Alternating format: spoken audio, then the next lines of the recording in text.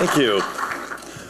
Undeserved. First of all, I want to thank Jared and everybody at the George Eastman House for putting on this series. It's been spectacular. And thanks to Kyle up in the projection booth, first of all, for the tour last time I was here, and also for running all the films. Well, I'm the last speaker in the series, and I would like to think that Jared wanted to make sure that the series ended on a strong, high note, which is better than thinking that he wanted me at the end, so in case I messed it up, you'd all have a year to forget it. There are two things I want to talk about this film before we watch the film tonight, and the first has to do with philosophy.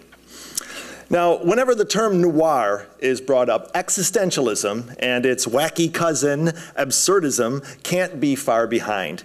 And both terms are used in phrases like, the existentialist/absurdist motif in Asphalt Jungle is apparent to a child of 5.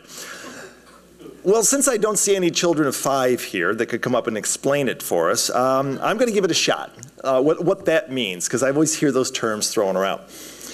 As the noted philosopher Wikipedia explained, existentialists believe that life has no inherent meaning, purpose, or value, and that it's up to the individual to create and give it any value or meaning. Now, absurdists would agree with that and say there's no meaning, but they would go on to say that you're just fooling yourself if you think you can create meaning out of a meaningless life.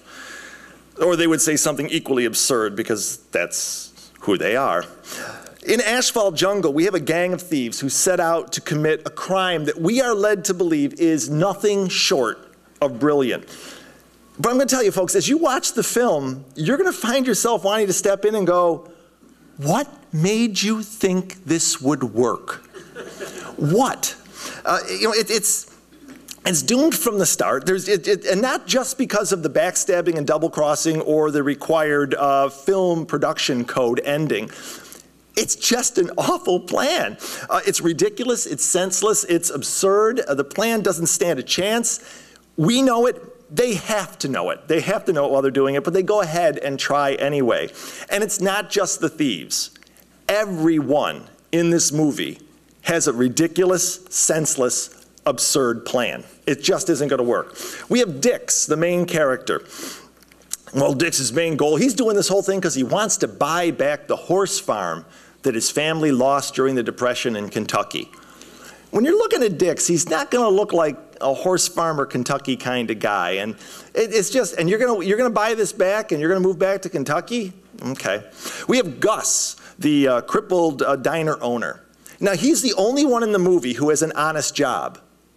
But his plan is to throw it all away and become one of the boys.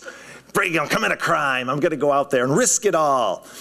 We have Cobby. He's a mid-level bookie who has minimal small-time skills. But he thinks his plan is, I'm going to go big time. I'm going to take over the organized crime in this town. We have Doll, the girl in here. Doll is Dix's girlfriend, or girl. She thinks, well, if I just am sweet enough, I'm going to land me this lug. You've got to be asking yourself the whole time, what is giving you this impression? Emmerich, the evil, conniving lawyer, he thinks he's going to be able to maintain his double life. We have Mrs. Emmerich, and when you watch her, she is the most pitiful person in the whole film. She thinks she can make her husband fall in love with him, with her again. She thinks that's actually going to happen, that tonight's the night. We have Police Commissioner Hardy. He thinks he can clean up this town and, get rid of all the crooked cops. And yeah, that's his plan. And we even have Marilyn Monroe character. She plays Emmerich's, shall we say, girlfriend. She seems to think she's going to get by forever on her looks. As I said, we know that there's no way any of these people's plans are ever going to come through. They're not going to achieve their dreams, and they know it too. They have to know it. They have to know that they're going to fail, that the odds are long at best, but they do it anyway. Because by doing it, they give their meaningless, sad lives some meaning. And in the end, no matter how hard they try, how much they want it, or how much they deserve it, they will lose. Just like us. What would you expect me to say? This is a noir series. Come on, folks. All right, the second point I want to make on a more upbeat note. It has to do with the women in this film. Now, Asphalt Jungle is unusual in that it lacks one of the key elements we associate with film noir, the femme fatale. Okay, you all know the femme fatale. She's the stock character that lures away the doomed and foolish man to his existentialist absurdist demise, and usually while she's laughing and smoking a cigarette. She's missing in this movie. What Asphalt Jungle has instead is what I call femme soin. I'm not mispronouncing that. French, femme soin, for caring women. The film is loaded with caring women. Dal Cunnivan, Dix's girl.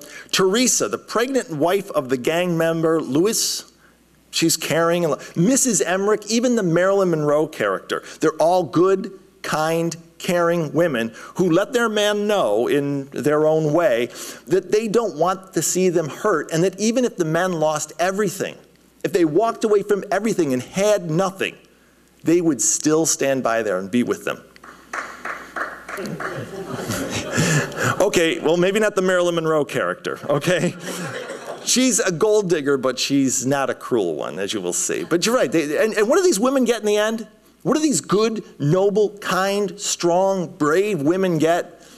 Men that don't deserve them. It's sort of like art imitating life.